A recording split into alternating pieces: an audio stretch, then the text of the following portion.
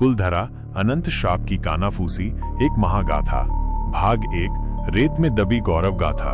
सदियों पहले जैसलमेर के सुनहरे रेत के टीलों के बीच कुलधरा गांव रेतीले विस्तार के बीच एक रहस्यमय हरितिमा की तरह फलता फूलता था। यहाँ पालीवाल ब्राह्मणों का समृद्ध समुदाय फलता फूलता था, जो अपनी असाधारण बुद्धि, उन्नत कृषि तकनीकों और कला के प्रति गहरे प्रेम के लिए दूर दूर तक जाने जाते थे। उनके पत्थर के घर, जिन पर जटिल नक्काशी की गई थी और जिन पर कभी जीवंत भित्तिचित्र बने थे, आज भी एक समृद्ध और घनिष्ठ समाज की मौन गवाही देते हैं। गांव के केंद्र में स्थित प्राचीन मंदिर, अब खंडहर, उनकी गहरी आध्यात्मिक आस्था का प्रमाण है। पालीवाल ब्राह्मण, जिनकी जड़ें इस मिट्टी में सदियों से गहरी थीं, अपनी विशिष्ट परंपराओं और रीति रिवाजों के लिए जाने जाते थे। उनकी कृषि पद्धतियां इतनी उन्नत थीं कि उन्होंने शुष्क रेगिस्तानी भूमि को भी उपजाऊ बना दिया था। उन्होंने जल प्रबंधन का एक जटिल तंत्र विकसित किया था, जिसमें कुओं, बावड़ियों और जलाशयों का एक जाल था जो पूरे गांव को जीवनदायी जल की आपूर्ति करता था। वे कुशल व्यापारी भी थे, दूर दूर के क्षेत्रों से वस्तुओं का आदान प्रदान करते थे, जिससे गांव में समृद्धि आती थी। उनके रीति रिवाजों में प्रकृति के प्रति गहरा सम्मान और पूर्वजों की पूजा शामिल थी, और उनके सामाजिक जीवन में कला, संगीत और लोक कथाओं का महत्वपूर्ण स्थान था। गांव का जीवन कला और संस्कृति से भरपूर था। शाम के शांत वातावरण में चौपालों पर मधुर लोक गीतों और पारंपरिक संगीत की ध्वनियां गूंजती थीं। बच्चे, जिनकी हंसी कभी इन गलियों में गूंजती थी, अब खामोश रेत के टीलों का हिस्सा बन गए हैं। बुजुर्ग, जिनके चेहरे पर ज्ञान और अनुभव की गहरी रेखाएं थीं, अपनी कहानियों और लोक कथाओं से युवा पीढ़ी को प्रेरित करते थे। उनके घरों की दीवारों पर बने रंगीन मांडने उनकी कलात्मक भावना को दर्शाते थे, और उनके वस्त्र, कभी जीवंत रंगों से सजे, अब स्मृति की धूल में धुंधले पड़ गए हैं। इस समृद्ध और शांतिपूर्ण समुदाय के मुखिया थे पंडित जयकिशन, एक विद्वान और न्यायप्रिय व्यक्ति, जिनकी आंखों में सदियों का ज्ञान चमकता था। उनकी पत्नी गंगा एक शांत और करुणामयी महिला थीं, जिनकी मेहमाननवाजी पूरे गांव में प्रसिद्ध थी। उनकी बेटी रूपा गांव की सबसे तेजस्वी और बुद्धिमान युवती थी। उसकी आंखें, जिनमें जिज्ञासा और ज्ञान की प्यास झलकती थी, अक्सर गांव के पुस्तकालय में प्राचीन ग्रंथों और रहस्यमय लोक कथाओं में खोई रहती थीं। रूपा की अंतरंग सहेली लाची थी, एक जीवंत और प्यारी लड़की, जिसकी मां एक रहस्यमय बीमारी से पीड़ित थी, जिसने उसे धीरे धीरे कमजोर कर दिया था। रूपा और लाची का बंधन अटूट था। उनकी हंसी कभी इन खंडहरों में गूंजती थी। गांव का एक युवा चरवाहा भीमा, रूपा के शांत और गहरी सोच वाले स्वभाव पर मोहित था, लेकिन सामाजिक बंधनों और अपनी शर्मीली प्रकृति के कारण उसने कभी अपनी भावनाओं को व्यक्त करने की हिम्मत नहीं की थी। उसकी आत्मा आज भी इन टीलों के आसपास भटकती हुई महसूस होती है, एक अनकही प्रेम कहानी की गवाह। गांव के बुजुर्गों में सबसे सम्मानित थे नारायण वैद्य, एक ज्ञानी और रहस्यमय चिकित्सक, जिन्हें जड़ी बूटियों और पारंपरिक चिकित्सा का गहरा ज्ञान था। उनकी आंखें, जो सदियों की रहस्यमयी दवाइयों के ज्ञान से भरी थीं, गांव के आध्यात्मिक और पारंपरिक मूल्यों की रक्षा करती थी। ऐसा माना जाता है कि उनकी आत्मा आज भी खंडहरों में भटकती है, उन लोगों को अस्पष्ट मार्गदर्शन देती है जो इस शापित स्थान के रहस्यों की तलाश में आते हैं। भाग 2 सत्ता का विषैला स्पर्श।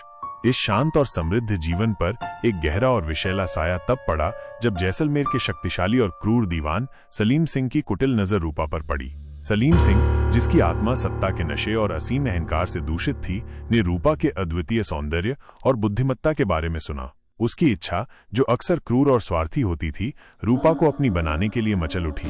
सलीम सिंह ने पंडित जयकिशन के पास एक अपमानजनक संदेश भेजा, जिसमें रूपा से विवाह करने की अपनी घिनौनी इच्छा व्यक्त की गई थी। यह प्रस्ताव पालीवाल ब्राह्मणों की सदियों पुरानी परंपराओं और उनके गहरे सम्मान के लिए एक सीधा अपमान था। उनकी बेटियां उनके लिए सिर्फ संपत्ति नहीं थीं, बल्कि उनके परिवार की इज्जत और गौरव का प्रतीक थीं। सलीम सिंह का चरित्र, जो क्रूरता, अहंकार और अनैतिकता की काली चादर से ढका हुआ था, किसी भी तरह से स्वीकार्य नहीं था। पंडित जयकिशन ने विनम्रतापूर्वक लेकिन दृढ़ता से इस घिनौने प्रस्ताव को अस्वीकार कर दिया। सलीम सिंह का असीम अहंकार बुरी तरह से आहत हुआ। उसने कुलधरा पर भारी और अन्यायपूर्ण कर लगाने और गांव वालों को हर तरह से प्रताड़ित करने की धमकी दी, ताकि वे उसकी नीच इच्छा के आगे झुक जाएं। गांव में जहां कभी शांति और समृद्धि का वास था, अब डर और चिंता का एक गहरा और ठंडा माहौल फैल गया। हवा में अनिश्चितता और भय की एक अजीब सी गंध घुल गई। सलीम सिंह के दरबार में भी अजीब फुसफुसाहटें सुनाई देने लगी। कुछ दरबारी उसकी क्रूरता से डरते थे, जबकि कुछ उसकी महत्वाकांक्षाओं को बढ़ावा देते थे। पंडित जयकिशन ने गांव के सभी प्रमुखों की एक गुप्त और तनावपूर्ण पंचायत बुलाई। उन्होंने सलीम सिंह की धमकियों और रूपा के सम्मान की रक्षा के लिए उनके सामने भयावह स्थिति रखी। युवाओं का खून, जो कभी गांव की रक्षा के लिए उबलता था, अब क्रोध और निराशा की ठंडी आग में जल रहा था।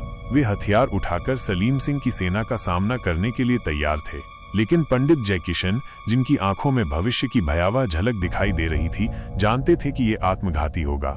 सलीम सिंह की शक्ति असीम थी और उनसे सीधी टक्कर लेना पूरे गांव के विनाश का कारण बन सकता था। कई रातों तक गहन और बेचैन मंत्रणा चली।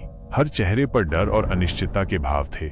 रूपा, जिसकी शांत आंखों में अब दृढ़ संकल्प की एक अजीब सी चमक थी, ने अपने पिता और गांव के लोगों से विनती की कि वे उसके सम्मान की रक्षा के लिए जो भी भयानक बलिदान जरूरी हो करें। अंत में गांव के लोगों ने एक ऐसा सामूहिक और दर्दनाक फैसला लिया जिसने उनकी वीरता और बलिदान की कहानी को हमेशा के लिए अमर कर दिया। उन्होंने अपनी सदियों पुरानी जड़ों, अपने प्यारे घरों और अपनी उस धरती को छोड़ने का निर्णय लिया जो उनके पूर्वजों की राख से पवित्र थी, ताकि अपनी बेटी और अपने अटूट सम्मान को बचा सकें।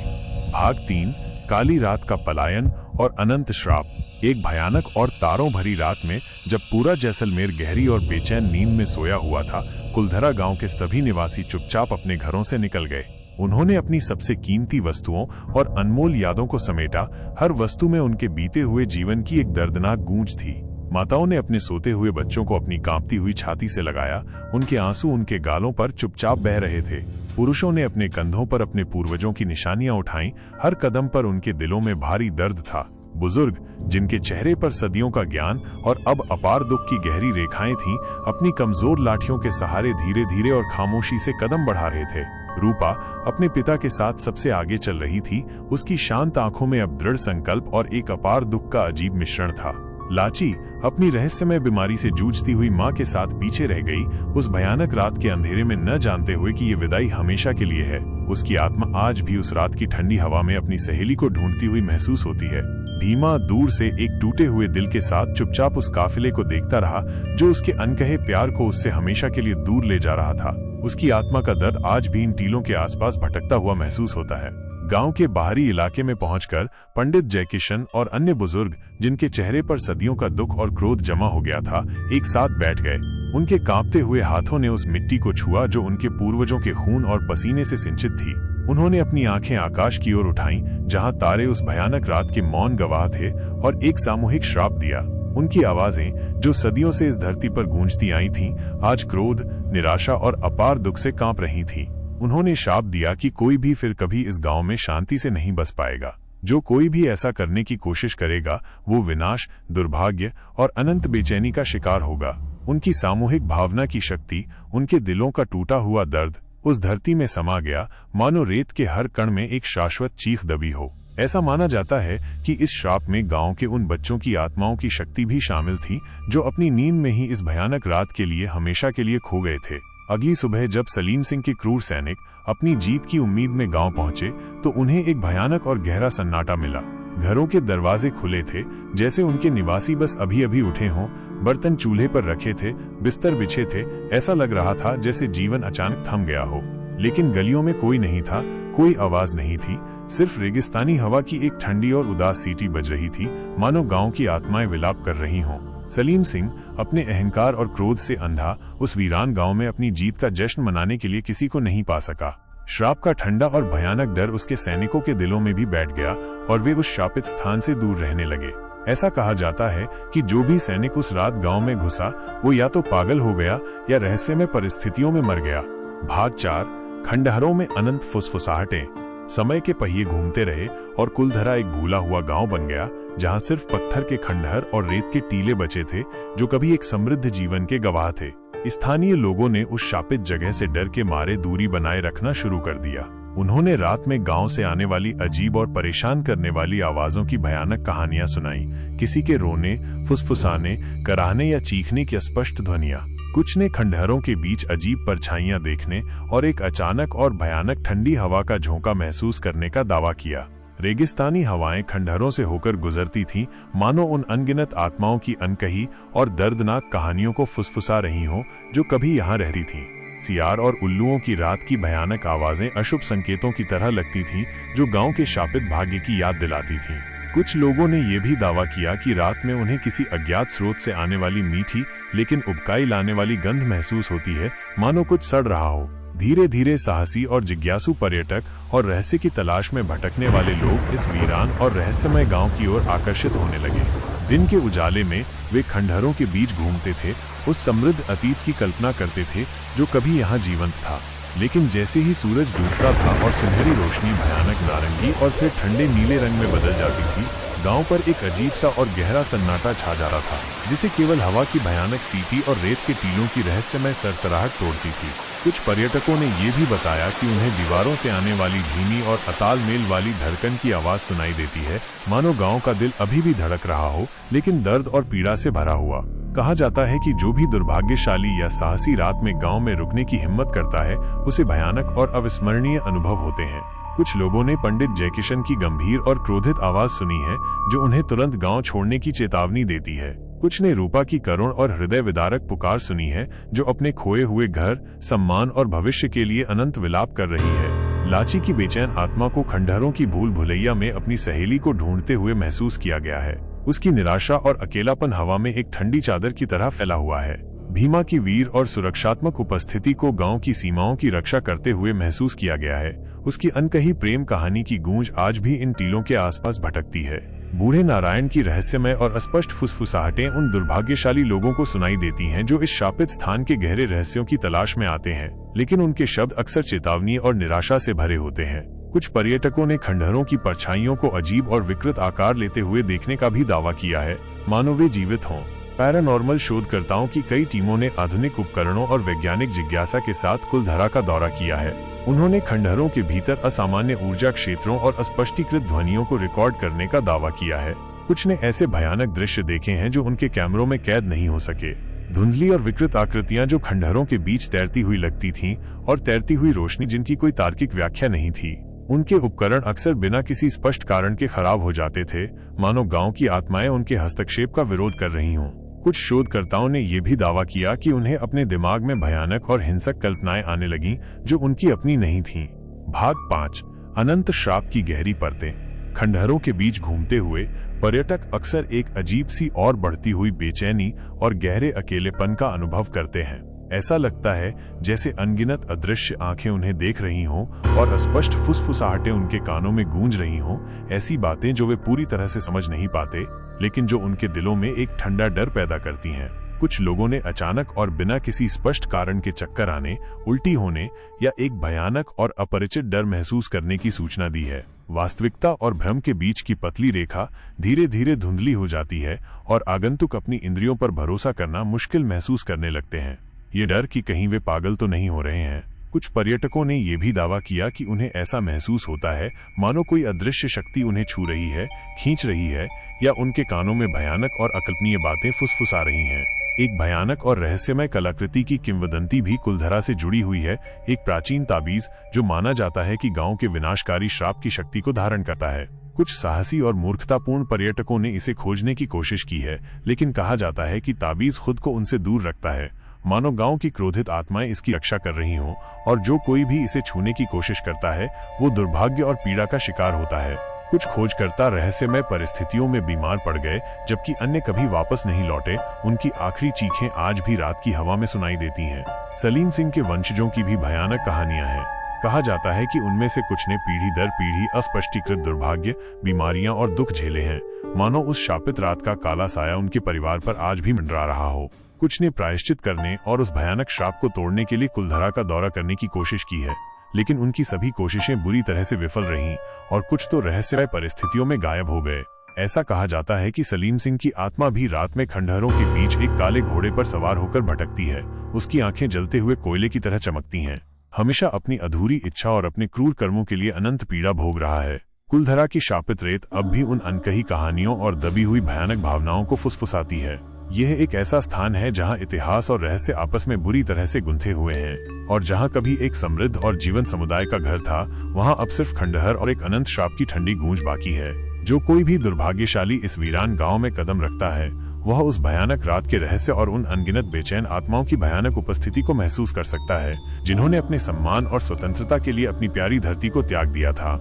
रात की ठंडी और भयानक हवा में आप शायद उन अनगिनत आत्माओं की अनंत और परेशान करने वाली फुसफुसाहटें सुन सकते हैं, जो कभी कुलधरा को अपना घर कहती थीं। उनकी पीड़ा और क्रोध उस स्थान से कभी नहीं जाएगा। कुछ लोगों ने यह भी दावा किया है कि गांव की मिट्टी ही शापित हो गई है और यदि वे यहाँ से कुछ भी ले जाते हैं तो उनके जीवन में भयानक दुर्भाग्य आता है जब तक वे उसे वापस नहीं कर देते। भाग 6 अनंत पीड़ा की गहरी खाई। कुलधरा की शापित मिट्टी में अब सिर्फ खंडहर और रेत के टीले ही नहीं बल्कि अनगिनत आत्माओं की दबी हुई चीखें भी समाई हुई हैं। रात के सन्नाटे में जब हवा रेत के टीलों से टकराती है तो ऐसा लगता है मानो वे चीखें फिर से जिंदा हो उठती हैं, एक भयानक सिम्फनी जो कभी खत्म नहीं होती। खंडहरों के बीच भटकते हुए कुछ संवेदनशील पर्यटक और शोधकर्ता एक अजीब सी मानसिक व्याकुलता का अनुभव करते हैं। उन्हें ऐसा लगता है मानो उनके अपने विचार नहीं हैं, उनके दिमाग में भयानक और भाग 6 विस्तारित अनंत पीड़ा की गहरी खाई। कुलधरा की शापित मिट्टी में अब सिर्फ खंडहर और रेत के टीले ही नहीं बल्कि अनगिनत आत्माओं की दबी हुई चीखें भी समाई हुई हैं। रात के सन्नाटे में जब हवा रेत के टीलों से टकराती है तो ऐसा लगता है मानो वे चीखें फिर से जिंदा हो उठती हैं, एक भयानक सिम्फनी जो कभी खत्म नहीं होती। खंडहरों के बीच भटकते हुए कुछ संवेदनशील पर्यटक और शोधकर्ता एक अजीब सी मानसिक व्याकुलता का अनुभव करते हैं। उन्हें ऐसा लगता है मानो उनके अपने विचार नहीं हैं, उनके दिमाग में भयानक और हिंसक कल्पनाएं घूमने लगती हैं जो उनकी अपनी नहीं लगती। कुछ को अचानक दूसरों के दुख और पीड़ा का तीव्र अनुभव होता है, मानो वे उस भयानक रात की त्रासदी को अपनी ही हड्डियों में महसूस कर रहे हों। कहा जाता है कि कुछ विशेष स्थानों पर, जैसे कि मुखिया पंडित जयकिशन का खंडहर घर या वो कुआं जहां से कभी पूरे गांव को पानी मिलता था, भूतिया गतिविधियां और भी ज्यादा तीव्र हो जाती हैं। यहाँ आगंतुकों ने दीवारों से खून रिसते हुए देखने, भयानक आकृतियों को पलक झपकते ही गायब होते हुए देखने और अपने कानों में ऐसी फुसफुसाहटें सुनने का दावा किया है जो उनकी आत्मा को कंपा देती हैं। ये फुसफुसाहटें किसी अनकही भयानक रहस्य की ओर इशारा करती हैं, कुछ ऐसा जो गांव के त्याग और श्राप से भी ज्यादा गहरा और परेशान करने वाला है। कुछ लोगों ने यह भी दावा किया है कि उन्होंने खंडहरों में बच्चों के रोने की आवाजें सुनी हैं, लेकिन जब वे आवाज का पीछा करते हैं तो उन्हें कुछ नहीं मिलता। शायद ये रूपा और लाची के खोए हुए बचपन की गूंज है या किसी और भयानक त्रासदी की यादें। कुछ पर्यटकों ने यह भी बताया कि रात में खंडहरों के बीच उन्हें किसी अज्ञात स्रोत से आने वाली मीठी लेकिन उबकाई लाने वाली गंध महसूस होती है, मानो कुछ सड़ रहा हो, और दीवारों से आने वाली धीमी और अतालमेल वाली धड़कन की आवाज सुनाई देती है, मानो गांव का दिल अभी भी धड़क रहा हो लेकिन दर्द और पीड़ा से भरा हुआ। कुछ स्थानीय किंवदंतियां ये भी बताती हैं कि सलीम सिंह की आत्मा भी आज तक कुलधरा में भटकती है, एक शापित शिकारी जो अपनी अधूरी इच्छाओं और अपने क्रूर कर्मों के लिए अनंत पीड़ा भोग रहा है। कुछ लोगों ने रेत के टीलों के बीच एक काले घोड़े पर सवार एक भयानक आकृति देखने का दावा किया है, जिसकी आंखें जलते हुए कोयले की तरह चमकती हैं और जो एक ठंडी और भयानक हंसी छोड़ता है जो रात की शांति को भंग कर देती है। कहा जाता है कि ताबीज जो श्राप की शक्ति को धारण करता है वास्तव में गांव के मंदिर के नीचे एक गुप्त कक्ष में छिपा हुआ है। जो कोई भी इसे खोजने की कोशिश करता है उसे गांव की क्रोधित आत्माओं के भयानक क्रोध का सामना करना पड़ता है।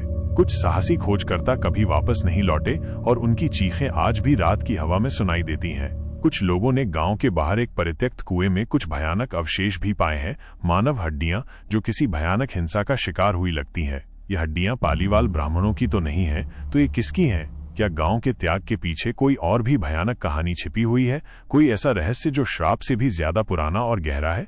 भाग 7 श्राप का विस्तार और उत्पत्ति। कुलधरा का श्राप, जैसा कि माना जाता है, केवल एक तात्कालिक क्रोध का परिणाम नहीं था। कुछ प्राचीन लोक कथाएं बताती हैं कि ये श्राप उस भूमि से जुड़ा हुआ है जिस पर कुलधरा बसा था। कहा जाता है कि सदियों पहले यह स्थान किसी और समुदाय का घर था जिन्हें किसी भयानक त्रासदी या अन्याय के कारण उस स्थान को छोड़ने के लिए मजबूर किया गया था और उन्होंने जाते समय उस भूमि को श्राप दिया था। पालीवाल ब्राह्मण अनजाने में उस श्रापित भूमि पर बस गए और उस पुराने श्राप को फिर से सक्रिय कर दिया। कुछ रहस्यमय कहानियां ये भी बताती हैं कि कुलधरा के मंदिर में एक प्राचीन और शक्तिशाली देवता की मूर्ति स्थापित थी जिसकी शक्ति गांव की रक्षा करती थी। जब गांव छोड़ा गया तो मूर्ति को या तो ले जाया गया या नष्ट कर दिया गया, जिससे गांव बुरी ताकतों के लिए असुरक्षित हो गया। श्राप वास्तव में उस देवता के क्रोध का परिणाम हो सकता है जो अपने भक्तों के परित्याग से नाराज था, या किसी बुरी शक्ति का जो उस मूर्ति के चले जाने के बाद जाग उठी थी।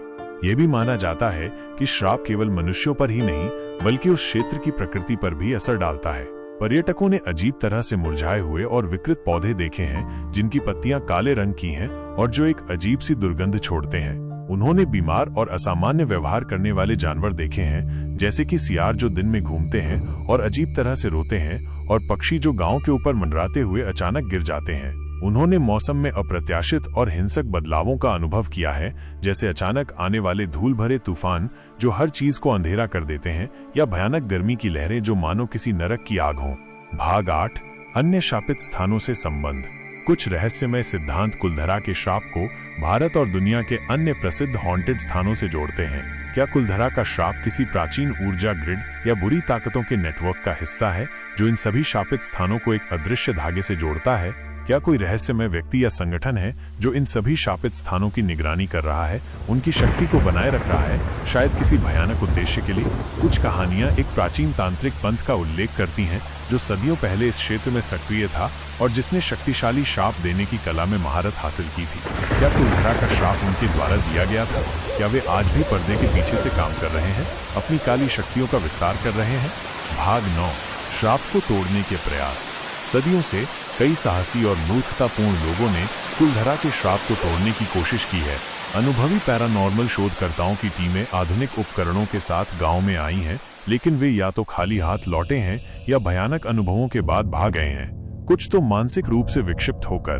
तांत्रिकों और आध्यात्मिक गुरुओं ने जटिल और खतरनाक अनुष्ठान किए हैं, लेकिन ऐसा लगता है कि श्राप इतना शक्तिशाली है कि कोई भी उसे तोड़ नहीं सका। कुछ तो अनुष्ठान के दौरान रहस्यमय तरीके से मर गए या गायब हो गए, मानो गांव की आत्माओं ने उनके हस्तक्षेप को बर्दाश्त नहीं किया। कहानी में सलीम सिंह के पश्चातापी वंशजों को भी पेश किया जा सकता है, जो अपने पूर्वज के पापों का प्रायश्चित करने और गांव को श्राप से मुक्त करने की कोशिश करते हैं, लेकिन उनकी कोशिशें अक्सर खतरनाक और निराशाजनक होती हैं और कुछ तो रहस्यमय परिस्थितियों में गायब हो जाते हैं, मानो गांव की क्रोधित आत्माएं उन्हें उनके पूर्वज के अपराधों के लिए दंडित कर रही हों, या शायद श्राप उनके खून में भी बह रहा हो। भाग 10, गांव के नीचे छिपी हुई सच्चाई। यह रहस्योद्घाटन किया जा सकता है कि कुलधरा गांव के नीचे कुछ और छिपा हुआ है, एक प्राचीन और शक्तिशाली मंदिर जो सदियों से रेत के नीचे दबा हुआ है, जिसमें भयानक और अकल्पनीय शक्तियां निहित हैं, या एक बुरी शक्ति का केंद्र जो उस स्थान पर सदियों से निवास कर रहा था और जिसके जागने से गांव का विनाश हुआ। गांव के त्याग और श्राप का असली कारण ये छिपा हुआ रहस्य हो सकता है, और भूतिया गतिविधियां उस बुरी शक्ति के जागने के संकेत हो सकती हैं जो धीरे धीरे इस दुनिया में अपना प्रभाव फैला रही है। कुछ किंवदंतियां एक प्राचीन खजाने की बात भी करती हैं, जिसे पालीवाल ब्राह्मणों ने गांव छोड़ने से पहले कहीं छिपा दिया था, और माना जाता है कि इस खजाने की रक्षा गांव की आत्माएं करती हैं। भाग 11 है, समय का भ्रम और समानांतर वास्तविकताएं।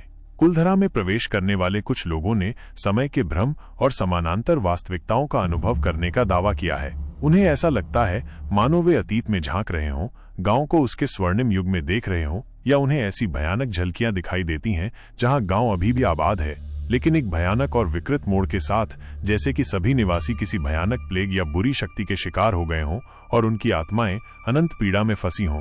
क्या यह श्राप का प्रभाव है, या गांव वास्तव में समय और वास्तविकता के बीच एक पतली जगह पर स्थित है जहां अतीत, वर्तमान और भविष्य आपस में टकराते हैं? कुछ लोगों ने यह भी दावा किया है कि उन्होंने खंडहरों में ऐसे लोगों को देखा है जो उस समय के कपड़े पहने हुए थे, लेकिन जब वे उनके पास जाते हैं तो वे अचानक गायब हो जाते हैं।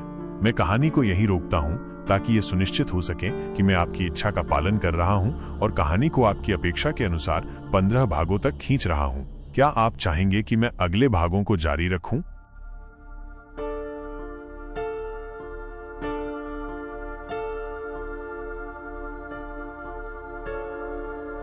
भाग 12, व्यक्तिगत श्राप। यह भयानक विचार प्रस्तुत किया जा सकता है कि कुलधरा का श्राप केवल स्थान पर ही नहीं, बल्कि उस स्थान पर जाने वाले प्रत्येक व्यक्ति के साथ जुड़ जाता है, उन्हें उनके जीवन में भी परेशान करता है।